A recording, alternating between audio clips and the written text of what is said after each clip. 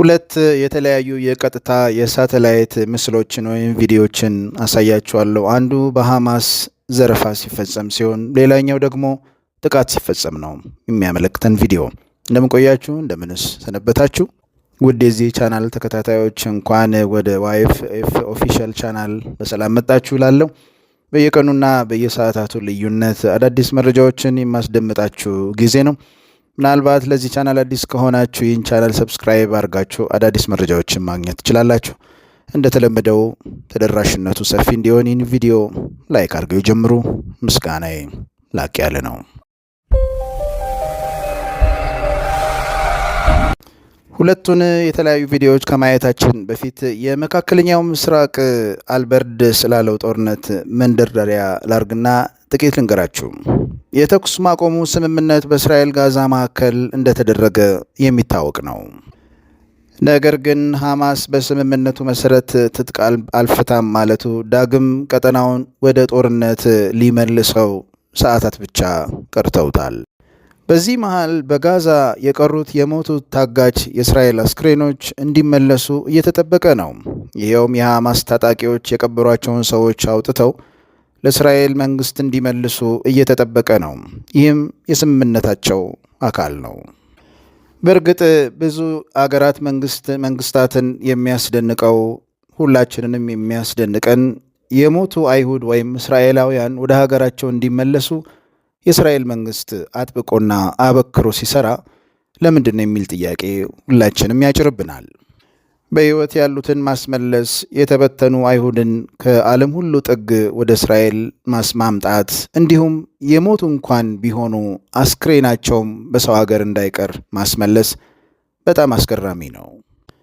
ለምንድን ነው ብለን ካልን መልሱ አይሁድ በሃይማኖታቸው ወንድሞቻቸው በሰው ሀገር እንዲቀሩ አይፈቅዱም፣ አስክሬናቸውም ቢሆን። ምናልባት በእኛ ሀገር እንዲህ አይነት ሕግ እንዳለ አላውቅም።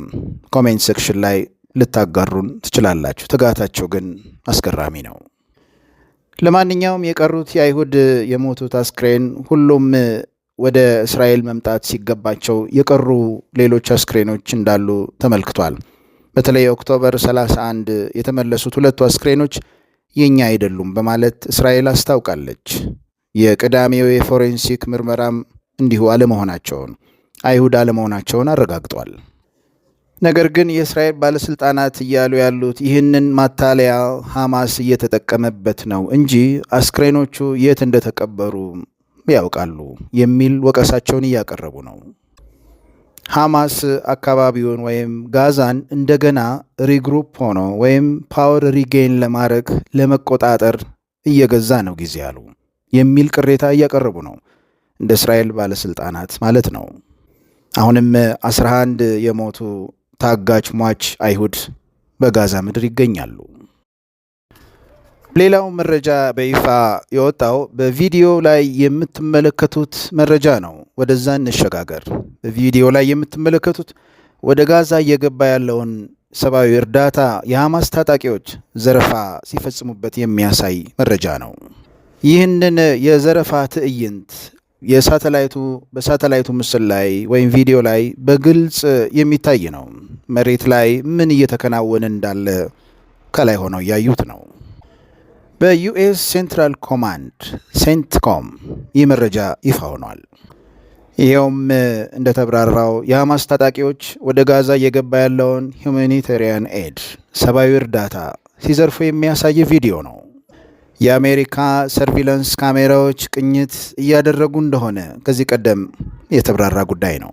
ከጠፈር ሆነው ምድርን በደንብ መመልከት የሚያስችል ቴክኖሎጂ አላቸው የሰለጠኑ ሀገራቱ። ይህ ካሜራ ነው እንግዲህ በምድር ላይ እየተፈጸመ ያለውን በመሬቱ ላይ ምን እየተከናወነ እንዳለ ያጋለጠው። እንደሚታወቀው በአሁኑ ጊዜ ወደ ጋዛ 600 የእርዳታ ተሳቢ መኪኖች ለተቸገረው ለጋዛ ሕዝብ እርዳታ ለማድረስ በየቀኑ እየተመሙ ነው። ልብ አድርጉ፣ በቀን 600 በላይ ተሳቢ መኪኖች ናቸው የሚገቡት። ስለዚህ ወቀሳው ለሕዝቡ እንዳይደርስ መሀል ላይ ዘረፋ እየተፈጸመበት ነው የሚል የመንግስታቱ ቅሬታ ተዘግቧል።